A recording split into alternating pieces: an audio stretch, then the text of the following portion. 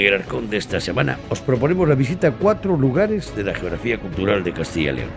Son solo unas pistas que os invitarán a viajar a una parte del territorio. Cada una de ellas esconde algo insólito de esta tierra. Y hablando de tesoros, empezamos por el oro, ese metal por el que lleva la humanidad enfrentándose, matando o reventando montañas, como el ejemplo de las minas romanas de las Médulas, que tienen el aval de ser, además, patrimonio de la humanidad.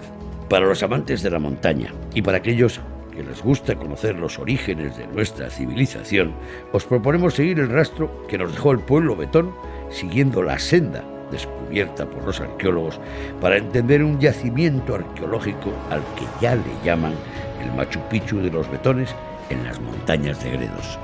Posiblemente sea uno de los yacimientos arqueológicos más conocidos en Europa y, por supuesto, en España. Hablamos de Numancia y os invitamos a que volváis de nuevo a pisar las calles, las casas, las aceras de este heroico pueblo celtíbero que pasó a la historia por su coraje y su resistencia a los romanos. Y la primera sugerencia que os hacemos es seguir la huella del oro, pero esta vez entre Sayago y Aliste, en la localidad de Pino del Oro, donde conoceremos la relación que guarda este paisaje zamorano con los mineros romanos, descubriendo el curioso sistema de cazoletas. En la localidad de Pino del Oro, sus habitantes a lo largo de los siglos han convivido con la fama de su pueblo. La propia toponimia marca la localidad, Pino del Oro. Vamos a hablar con Domingo, él es concejal del ayuntamiento y ha vivido muy de cerca los últimos años de las minas de oro de los romanos. Javier, bienvenido a mi municipio. ¿Cómo estamos, amigo? Me alegra mucho verte. Hace 7 años fue la última vez que estuvimos aquí. Sí, Desde lo entonces, recuerdo, sí. ¿El oro sigue siendo una mina para el turismo de la localidad? Bueno, vamos teniendo visitas, cada vez tenemos más visitas. Lo del oro en tu pueblo es verdad. Es verdad, eso es cierto. Sí, Eso hubo es, oro. El es de tiempo de los siempre. romanos y no tanto. Esto ha sido pasado de generación en generación. Siempre nos han dicho que los yacimientos que había por ahí eran romanos, pero nadie constató nunca que eso fuera así. Hasta que vino el CSIC y Javier Sánchez Palencia con un equipo especializado. No tenemos minas modernas, no. No se ha abierto ninguna mina en este municipio hasta ahora mismo. El oro sigue estando ahí. Lo que no tenemos desde el ayuntamiento son datos técnicos del que hay. ¿Sigues pensando que las minas de oro nos van a garantizar un futuro en el turismo rural? Esa sería la idea, pero el oro se cotiza en un mercado mundial. Se extraería siempre y cuando fuera el coste inferior al del mercado mundial, o al menos el que hay en el mercado mundial. ¿Nos vamos para el yacimiento? Muy bien, sí, vamos a ver qué. Y además está apartado.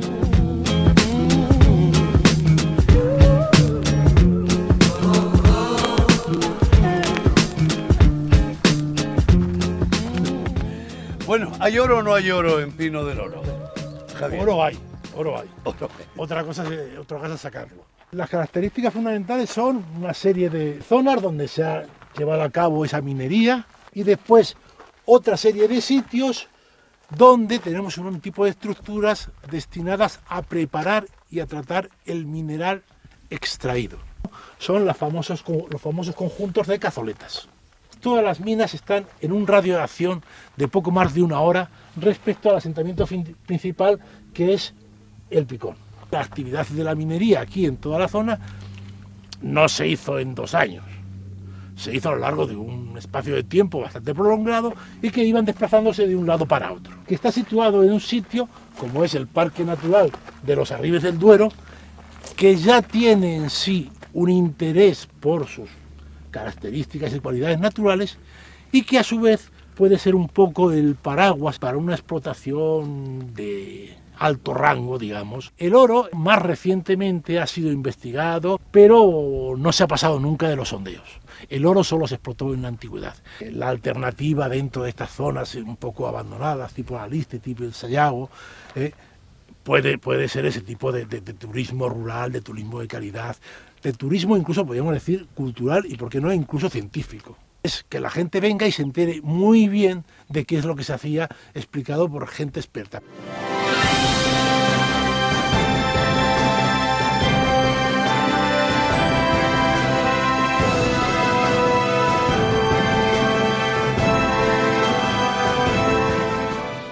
Este es el verdadero escenario de los yacimientos de Pino del Oro, Javier. Bueno, sí, este es un paisaje muy típico de lo que es la zona minera de Pino del Oro.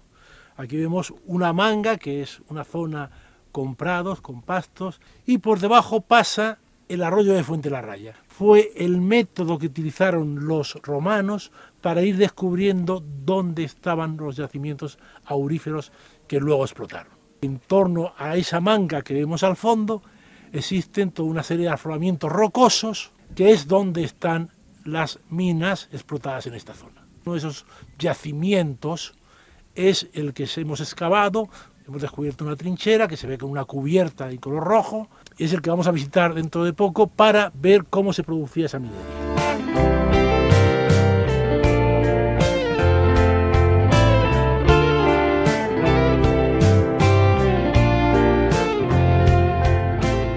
Esto es la trinchera de los Monticos. Este es el tipo de minería, digamos, de rapiña que se hacía en aquella época.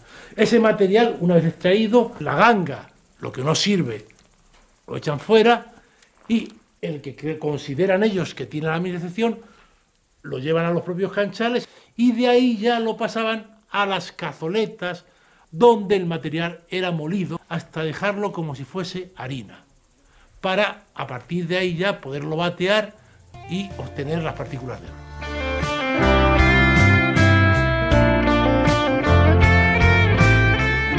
Efectivamente, esta es la peña o la palla de la sierpe, era ranura que da nombre como si fuese una sierpe. Lo interesante, digo, eran este tipo de estructuras, este tipo de cazoletas, que es donde trituraban el mineral en su última fase. Estas estructuras son las que hacen significativo a Pino de Oro, porque no se encuentran de esta forma, ni mucho menos en tanta cantidad, en todo el noroeste de la península ibérica.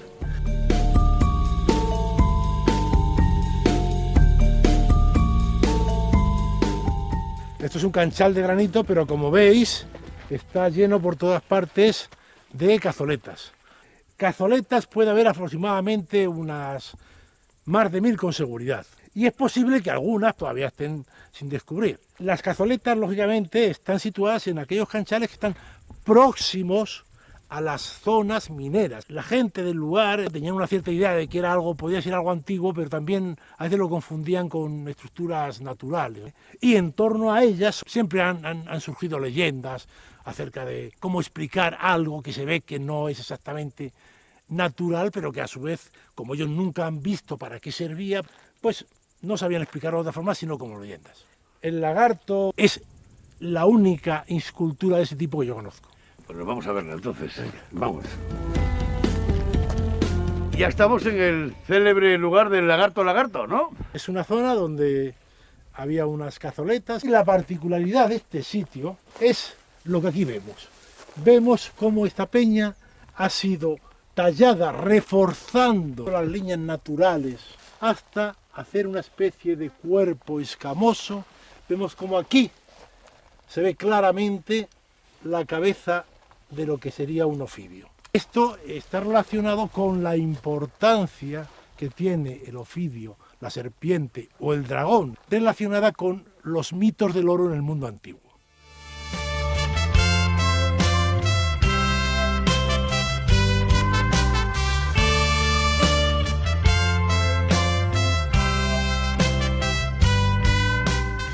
La prueba que sirvió a los arqueólogos para constatar la existencia de oro pasó por la participación de los bateadores. Viviremos en primera persona la experiencia de encontrar oro en las viejas minas romanas de la mano de un niño. Todo un campeón de bateadores.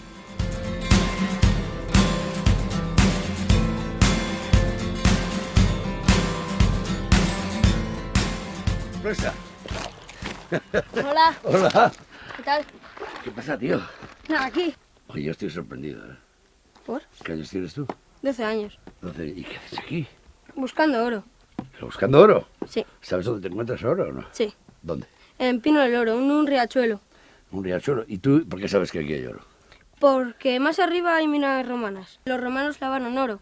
Y aunque cogieron mucha cantidad, no se pudieron llevar todo. ¿Cómo quedaste en el último concurso de buscadores de oro y bateadores de primero. campeonato? ¿El primero de qué? De España. ¿Y a ti cómo te da por esto? Me gusta mucho. Tendrás una cantidad de oro en casa tremenda. El oro es muy No. caro ahora, ¿eh? Sí, pero lo que cogemos es escaso. No habrás venido solo. No, No, ¿con quién has venido? con mis padres Anda, muy bien. y unos amigos. ¿Y están por aquí? Sí, ¿Y están haciendo lo mismo que tú? sí, Bueno, oye, vamos a verles. vale. ¿Eh? Muy bien.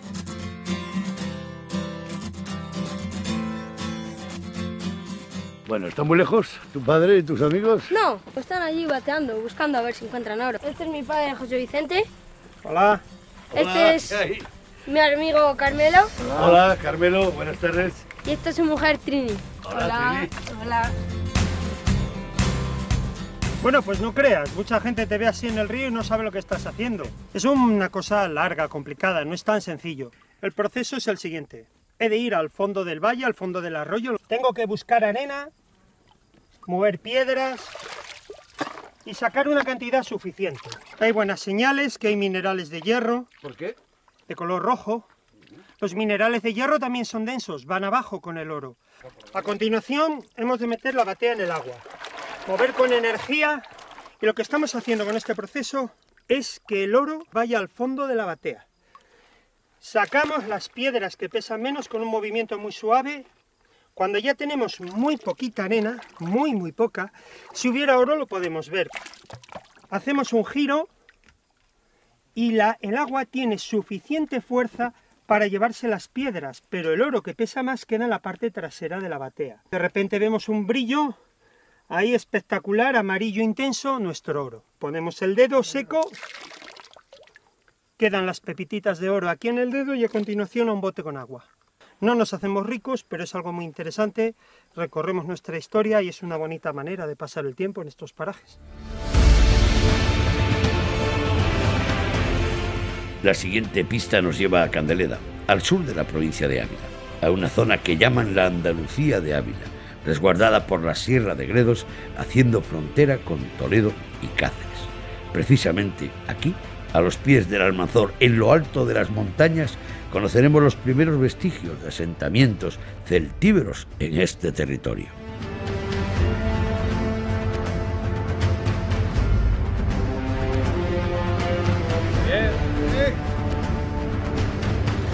¿Qué tal? ¿Qué pasa, tío? Bienvenido a la Sierra de Gredos. ¿Es verdad que es tan inexpugnable ese primer asentamiento? Totalmente, vamos a subir a la parte donde la vida no se puede, más arriba no se puede desarrollar. ¿Ves aquellos dos picos de forma cónica? Pues justo en la base está el asentamiento, está a 1200 metros de altura. Nosotros vamos a subir andando 2 horas por una trocha que hasta ahora solo utilizaban los cabreros. No hay camino, no hay carretera, no hay nada. Y vamos a subir por el mismo sitio donde subieron los arqueólogos para la excavación. Con los carretillos, con los picos, todo al hombro porque no se puede subir de otra forma. La ascensión al Prado de la Carrera se realiza por los caminos tradicionales de los cabreros y solo es frecuentado por montañeros y ganaderos de la zona. El recorrido es duro, con cerca de 2 horas de subida por un precioso paisaje salpicado de chozos, majadas y gargantas, siempre con una impresionante panorámica de fondo. La ubicación de este yacimiento indígena envuelve el lugar en un halo de misterio.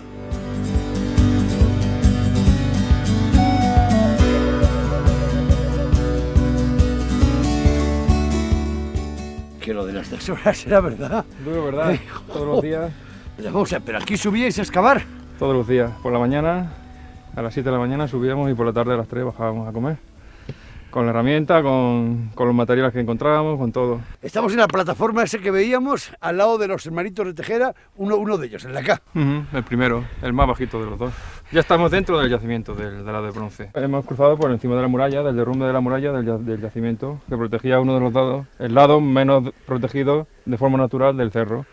Tiene 200 metros de longitud y por lo que hemos visto en la excavación tiene 4 metros de anchura.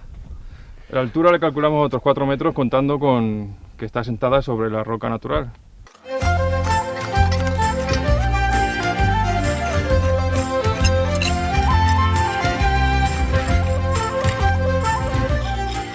César, ¿cuál es la explicación? El por qué una población indígena decide asentarse en un lugar tan elevado como este. Pensamos que por la protección que ofrece y porque era un sitio de aprovechamiento ganadero, porque esta gente era básicamente ganadera. La muralla cumplía dos funciones, una que es defensiva y otra es de prestigio, le daba prestigio al yacimiento. Estamos hablando de 2000 a.C. Son indígenas, son gente autóctona de aquí Estamos hablando de los orígenes de la península ibérica. Sí. La gente de la zona la conocía hace tiempo, porque aquí siempre se han encontrado, los cabreros subían por aquí, siempre se han encontrado los molinos típicos de esta época, que son barquiformes, las manos de moler, fragmentos de cerámica, la muralla. Pero el que la dio a conocer fue Fernando Fernández Gómez, el arqueólogo que excavó el castro del Betón del Raso. Estamos viendo la Sierra de Gredos, a la espalda tenemos el Almanzor, que es el monte más alto del sistema central. ¿A qué distancia está del Castro Betón? En línea recta está a unos 3 kilómetros.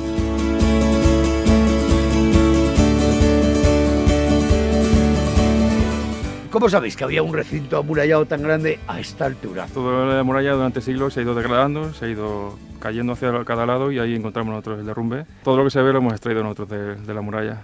Por la altura a la que está y por el clima que hay aquí, pensamos que debería ser estacional. Se subirían aquí en primavera, en verano, se subían con el ganado a los pastos de verano y en otoño o en invierno se bajarían otra vez a cotas más bajas. El yacimiento tiene unas 5 hectáreas de superficie, dividido en 2 recintos.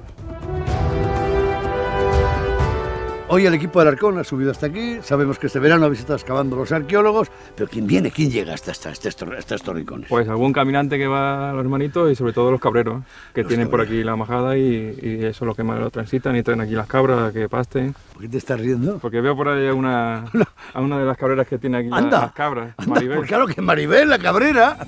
¡Maribel! Buenas. Pero, Yo es que sabía que ya ibais a venir. Sí. Digo, pues voy a ver yo.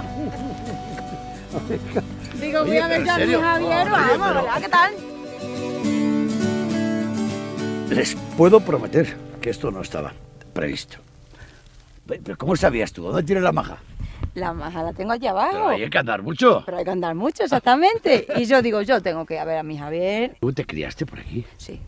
¿Hemos visto la subida, los trozos donde...? Sí, mi casa también la habéis visto. Claro que El la Pinillo, hemos donde visto. me he criado y En todo. el Pinillo hemos pasado, sí, sí. Ahí he tenido yo mi infancia, muy bonita. ¿Sigue siendo Bueno, cabrera? Sigo. ¿Ganadera o cabrera? No, yo creo que cabrera. Cabrera. Sí, ¿Te yo creo- ¿Te gusta tu oficio? Me encanta. ¿Te pagan bien la leche? Bueno, Bueno. tenían que pagarla más. Esto es un privilegio total. Esto es... No se puede explicar. César, Yo esto es un lugar mágico. Tiene algo de mágico magia. para la gente ¿Hay de- algo de magia para Sí, los totalmente. indígenas que elegían estos sitios? Para la gente de ahora, los cabreros, y para la gente y los de Bronce también. De hecho, se subieron aquí a vivir porque estaba cerca de los hermanitos. Nosotros nos vamos a bajar ahora al Castro Betón. Allá sí que tenemos, allá sí que se ve la población entera, ¿eh? Las casas. Y mucho más abajo.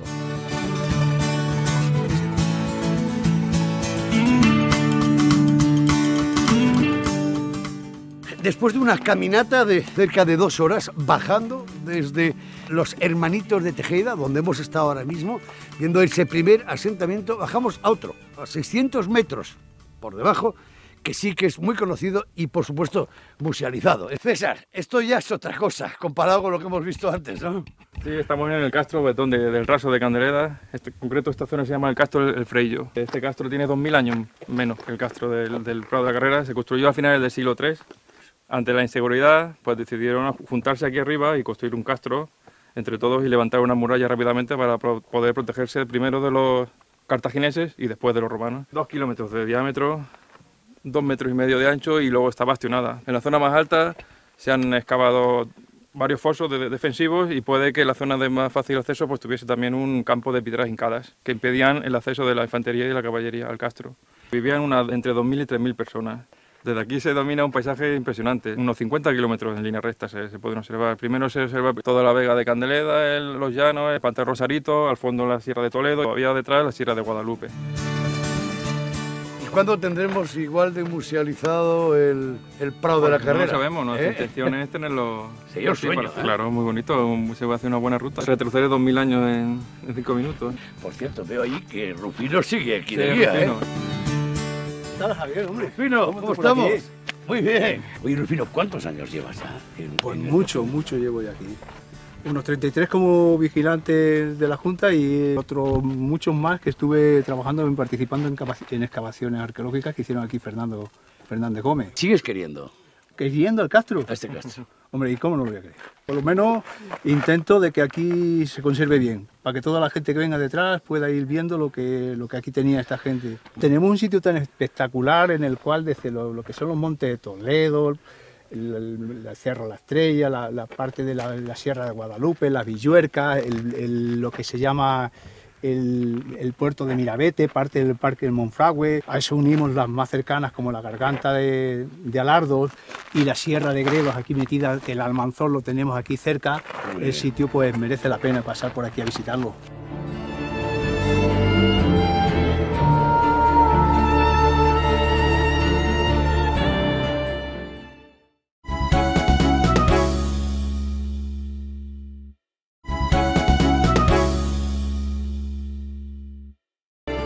En la siguiente pista os animamos a visitar el mayor registro de la cultura celtibérica, los restos de la heroica ciudad de Numancia. Aquellos héroes que nos dejaron un mensaje de dignidad a todos los habitantes de la Hispania actual.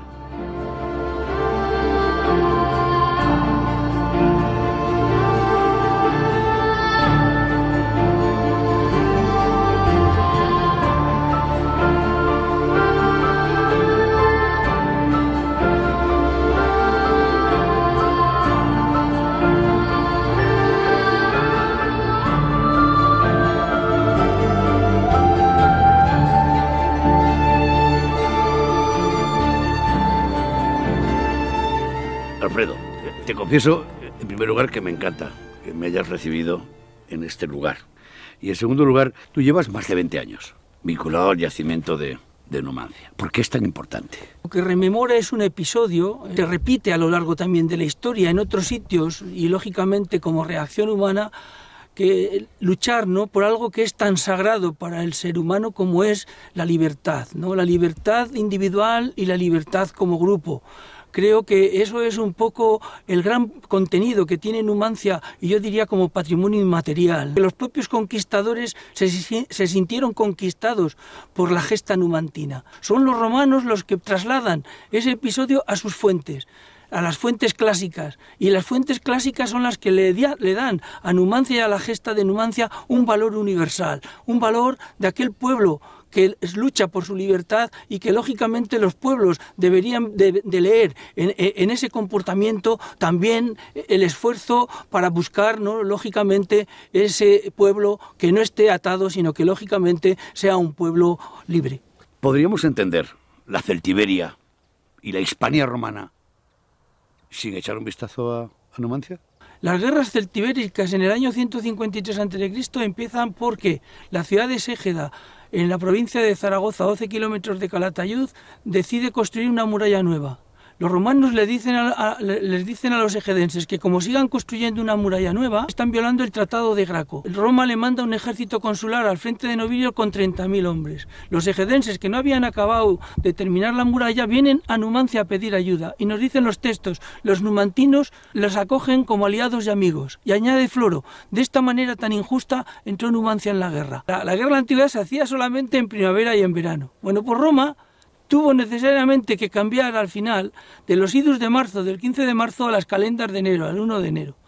Nosotros hemos heredado el calendario romano, por tanto el hecho de que nuestro año oficial empiece el 1 de enero es consecuencia de los reajustes que tuvo que hacer Roma por las guerras numantinas y celtibéricas. Alfredo, hoy lo de la arqueología está más socializado, el común ya lo interpreta, ¿no? Atapuerca, las aulas arqueológicas, el arqueoturismo. Pero Numancia se lleva la palma. Fue la primera que abrió las puertas al conocimiento, a los turistas. En 1863 es cuando publica Saavedra la situación con seguridad de que Numancia está aquí en el Cerro de la Muela, ¿no? Hasta el siglo XIX estuvo vinculada a Numancia a Zamora. Y a partir de los trabajos de Saavedra, que fija con seguridad, Numancia estaba justamente aquí en el Cerro de la Muela de Garra. Y a partir de ese momento empieza la Real Academia de la Historia, con Saavedra al frente, que es el que tiró realmente de los trabajos de la Real Academia, y empiezan las excavaciones. Sin duda de los primeros proyectos arqueológicos, sin duda. El visitante que llega a Numancia, que llega al yacimiento, que sube al Cerro de la Muela, ¿Se encuentra con lo que hubo? Se encuentra sin duda alguna con gran parte de lo que hubo, y hay que tener en cuenta también que estamos viendo dos ciudades superpuestas. La ciudad antigua, la ciudad celtibérica, después tenemos una ciudad encima en época romana con una peculiaridad. Lo sorprendente es que en época de Augusto haya una ciudad, cuando se están haciendo en todo el entorno de Numancia ciudades impresionantes, monumentales, como son todas las ciudades romanas, bueno, pues en Numancia la ciudad que se hace y se planifica es una ciudad totalmente indígena.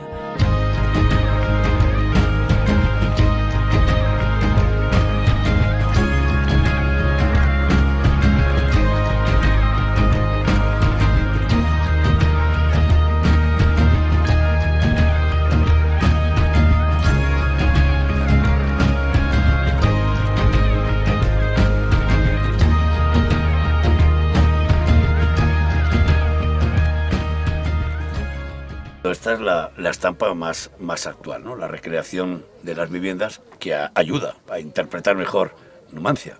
Sí, la idea con la reconstrucción de estas dos viviendas es que la gente cuando llega aquí tuviera una mejor comprensión del yacimiento y sobre todo de los espacios domésticos, ¿no? Entonces decidimos reconstruir una casa de cada época, de cada momento, porque como hay dos ciudades superpuestas, bueno, pues reconstruimos una casa de época celtibérica, la ciudad que está debajo, y una casa de época romana, la ciudad que está encima. La ciudad romana se hace al modo indígena, está muy bien aquí plasmada en relación con que la cubierta es vegetal y sin chimeneas ni salidas de humo. A mí me sigue emocionando el lugar donde estamos, porque no cabe la menor duda que este es el mismo escenario que hace cerca de 2000 años tuvo lugar esa tragedia, esa gesta que pasó a la historia. Alfredo, ¿qué pasó aquí realmente? Una vez que Roma se hace con el control del Mediterráneo, que vence a los cartagineses, parte de los enfrentamientos contra Cartago están en la península ibérica. Por tanto, están ya instalados y deciden conquistar el interior peninsular.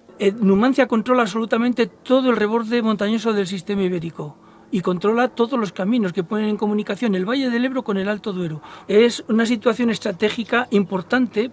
Si uno lo conquista y si uno la controla, puede luego dirigirse por todo el Duero y conquistar el interior peninsular. Era tan importante la conquista de Numancia para los romanos que dedicaron 20 años en esa conquista. Hace unos 2000 años aquí hubo un cerco, hubo una gesta con un desenlace trágico. ¿En algún momento tú has sentido, no sé, esos lamentos, ese final tan trágico de los numantinos? Sí, claramente sentirlos, durante 20 años Roma estaba ya muy cansada de la inversión de dinero que se estaba haciendo y sobre todo de la cantidad de sangre de romanos y de itálicos que se estaba perdiendo, ¿no? Decidió el pueblo solicitar al Senado que mandara a su general más famoso en ese momento, Publio Cornelio Escipión Emiliano.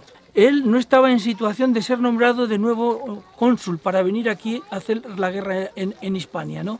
Y a pesar de eso, el Senado tuvo que alterar la norma y volverlo a nombrar cónsul para que pudiera venir. Viene con 2 ejércitos consulares, por tanto estamos hablando de 60.000 hombres.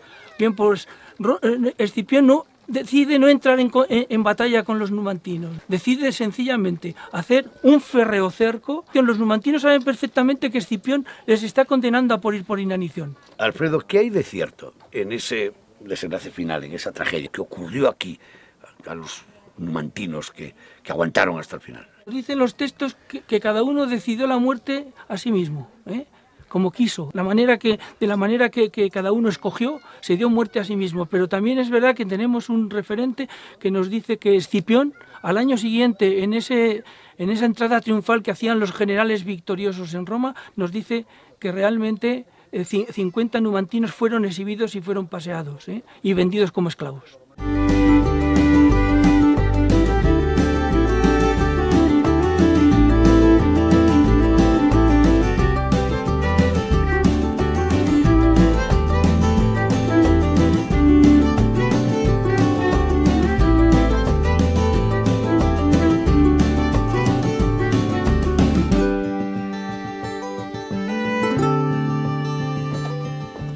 ¿Dónde estamos ahora?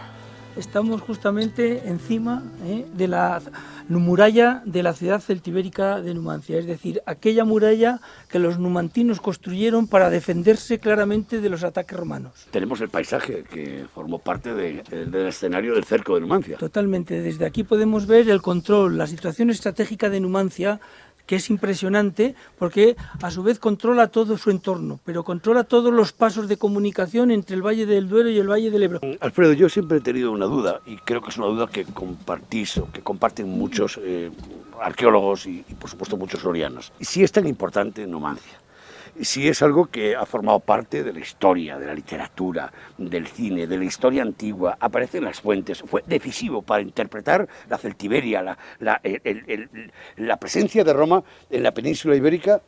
¿Cómo es que un yacimiento de esta envergadura no es patrimonio de la humanidad? Eso es lo que realmente todavía a uno le extraña, ¿no? Creo que ese patrimonio inmaterial que tú estabas aludiendo en relación a todo lo que ha supuesto para la literatura, todo lo que ha supuesto en todos los campos y en todos los ámbitos, creo que ese patrimonio inmaterial de la humanidad, esa vertiente de Numancia, creo que por sí solo le debería hacer candidato, lógicamente, a que se fuera nombrada. ¿Qué papel ha jugado la sociedad civil, los habitantes del entorno de Garray, de los pueblos vecinos? Yo creo que cuando yo me hice cargo del plan director de Numancia, lo único que tuve claro es que ese proyecto, si tenía futuro, era si realmente teníamos el apoyo de la sociedad. Lo hemos plasmado en algo que es muy activo y muy dinámico, como es la Asociación Cultural Celtibérica Tierra Quemada. Pide un deseo. Pues un deseo sería tan claro como lo siguiente, que se reconociera a nivel de todas las instituciones el valor que tiene Numancia, porque entender el pasado es entender mucho mejor nuestro presente.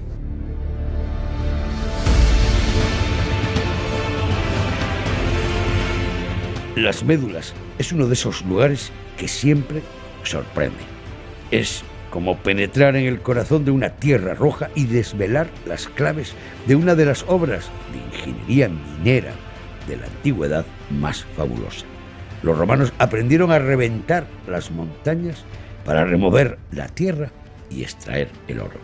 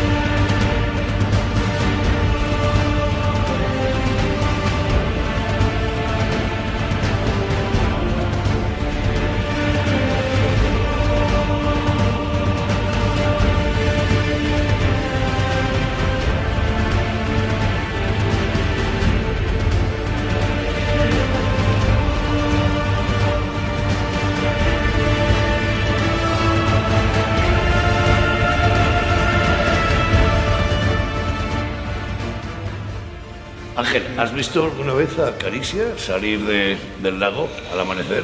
Alguna fiesta ha habido que hemos rematado con Caricia, sobre todo en Navidades. Es una leyenda recurrente, ¿no? Cuando vienen los visitantes a la Casa del Parque esa. Es una pregunta normal. ¿Cuál es el origen? ¿Realmente Caricia, romanos o cuál? Dice, el que más te guste. Pero lo cierto es que la Casa del Parque nos introduce ya en un escenario, en el territorio de antes de los romanos y de después de los romanos. ¿Qué es lo que encuentra el visitante en su primera toma de contacto con este territorio? En la Casa del Parque lo que queremos hacer ver es que tenemos una capacidad de actuación tremenda, que teníamos una zona espectacular, llena de alcornoques, encinas, ríos, y lo hemos transformado a lo largo del tiempo en una zona con lagos, castaños, vegetación endémica, flora endémica, con unos aves por todas partes, y hemos sido nosotros quienes lo hemos hecho. Entonces la Casa del Parque quiere hacer ver eso, la actividad humana, lo que hemos hecho, la capacidad que tenemos de seguir haciendo cosas y la responsabilidad que tenemos. Lo que llama la atención es el lago.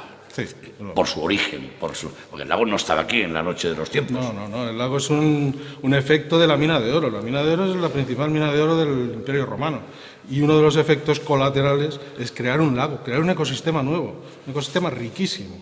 que a lo largo del tiempo ha ido cambiando, ha ido perdiendo valor precisamente por nuestra actividad, por nuestra contaminación. Sin duda, junto con los castaños, el lago es lo más representativo de la naturaleza de aquí de las Médulas, del monumento natural de las Médulas. Los dos elementos que hay que mantener para que tenga el espíritu las Médulas. Ángel, el monumento natural, el escenario que contamos desde la Casa del Parque, ¿a qué poblaciones? Bueno, son 3 ayuntamientos, Carucedo, Puente Domingo Flórez y Borrenes, pero las poblaciones más implicadas son precisamente las Médulas, el pueblo que da nombre al espacio y al entorno, Orellán, Borrenes, Carucedo mismo, Lleres, que son los 3 pueblos que están metidos en el núcleo, Puente Domingo Flórez. Y luego otros pueblos como Salas de la Ribera, San Juan de Paluezas, Lago de Carucedo. Hay un montón de pueblos, pero lo principal, el territorio donde está realmente el núcleo, es en eso. Lleres, Médulas, Orellán. Por cierto, Ángel, la Fundación tiene su sede aquí, en la Casa del Parque. La Fundación Las Médulas tiene la sede aquí desde hace no mucho tiempo, pues es la sede natural. La Fundación Las Médulas es el sitio lógico para estar aquí. Ya sabes, es una herramienta fundamental para el tratamiento de las médulas, para las actividades que hay. Desde que la creó y preside Luis del Olmo, ha sido uno de los actores fundamentales en la gestión de este espacio. Por la configuración orográfica de la olla berciana, del anfiteatro berciano, los miradores son consustanciales a este escenario, pero dicen que en Médulas tenéis miradores que sobrecogen. ¿Es verdad eso? Es verdad, porque las llagas que hay en el suelo que ves desde arriba es como una herida abierta roja en un entorno verde, que eso no lo tienes en otros lados. Tenemos miradores espectaculares. ¿Estás seguro de lo que me has dicho? ¿Que sobrecoge ese mirador? No, hombre, claro, si quieres verlo, venga, te ponemos los pelos de punta, un ratito.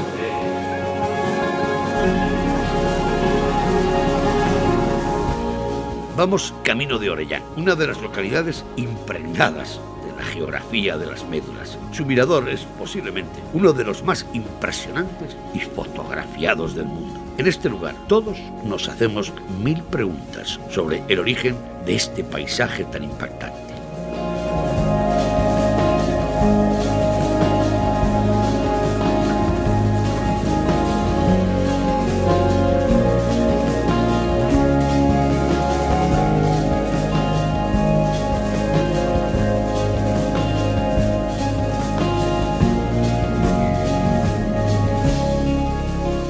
Ángel, sigue siendo este uno de los espectáculos de la naturaleza más impresionantes que he visto en mi vida. Sí, lo que te decía, pone los pelos de punta y no es el aire, es el aire lo que lo pone de punta.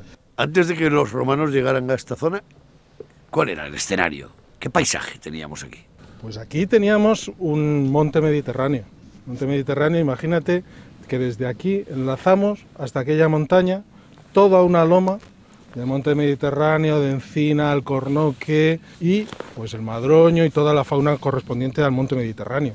Desde rebecos, corzos, que sigue habiéndolo, jabalí, y unas poblaciones castreñas distribuidas por el entorno. Y curiosamente, porque aquí estamos en una zona muy diversa, con una climatología muy especial, tenemos por un lado alcornoques y encinas típicas mediterráneas, pero también tenemos castaños, abedules, robles, típicos del ambiente atlántico, por la climatología, por la diferencia de altitudes. A pesar de la erosión que produce la actividad minera de los romanos y la búsqueda del oro, ¿se mantuvo parte del ecosistema que había entonces? Sí, se sigue manteniendo porque la minería lo que hizo fue escarbar, hacer cuencos, arrancar, pero todo lo del entorno se sigue manteniendo.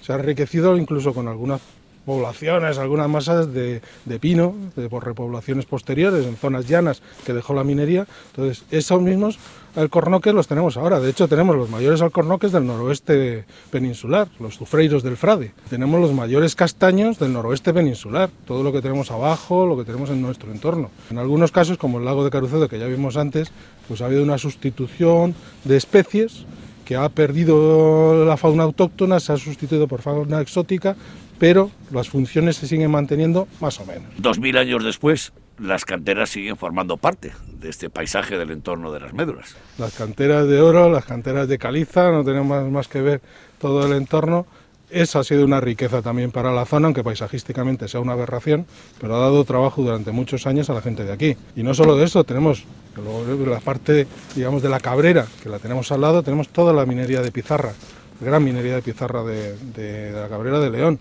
Es curioso el fenómeno de las médulas, que ha sido capaz de conjugar y de integrar desde los aspectos puramente históricos, etnográficos, mineros, arqueológicos, culturales, medioambientales. Eso es una fortuna. El desarrollo sostenible aquí ha sido un modo de vida, porque el aprovechar los castaños ha sido el modo de vivir. El aprovechar la minería ha sido el modo de vivir. Las setas iban con el castaño, la miel iba con el castaño. Todo ha ido un conjunto que ha dado una etnografía, un sistema de vida que ha sido herencia histórica de la ocupación romana, herencia astur y luego transcurso a lo largo de todos los años que ha habido posteriores. Esto es una cantera mal restaurada, activamente mal restaurada por el hombre, pero de ello se ha aprendido. Naturalmente se ha recuperado en 2000 años. Las canteras actuales tenemos la capacidad para recuperarlas en 50, en 20. Bueno, pues eso es lo que aprendemos aquí, pero esto ya aquí ya lo tenían aprendido. Entonces, esto debería ser un ejemplo de cómo se puede integrar aprovechamiento y recursos naturales.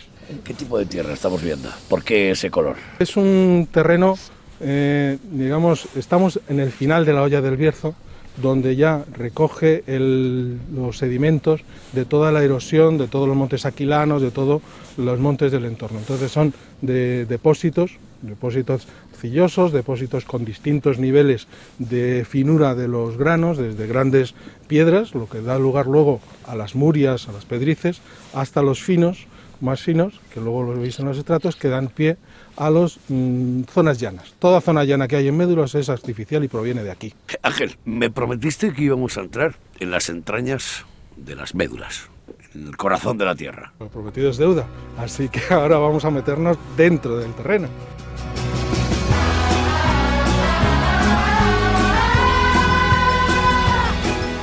Las galerías de Orellán nos proporcionan la oportunidad de pisar el suelo de los mineros de tiempos de los romanos y conocer las cavidades por donde entraba en tromba el agua traído de muy lejos por los canales. Aquí es donde se asimila mejor el enigmático sistema de reventar literalmente las montañas.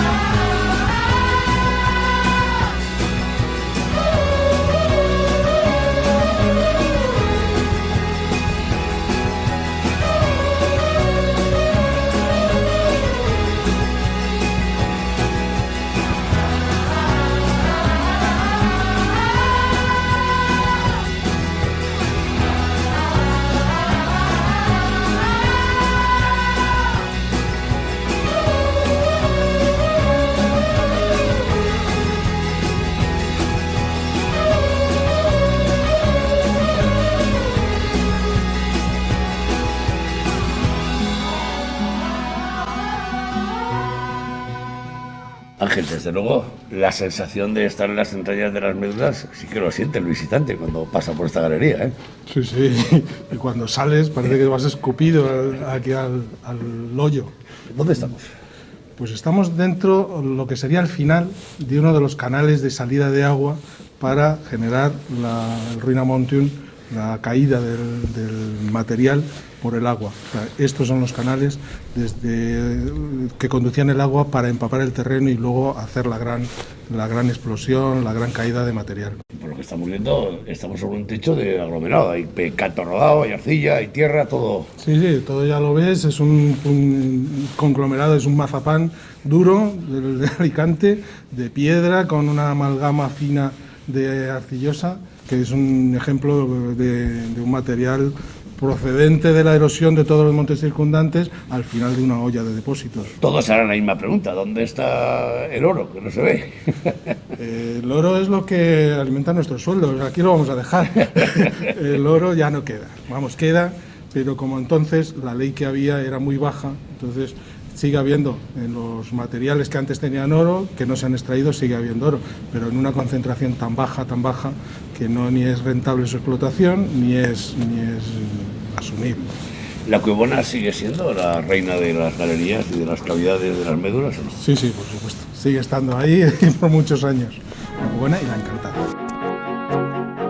Y hasta aquí el Arcón de esta semana. Os hemos recordado solo 4 pequeñas teselas del impresionante arcano cultural del territorio de Castilla y León.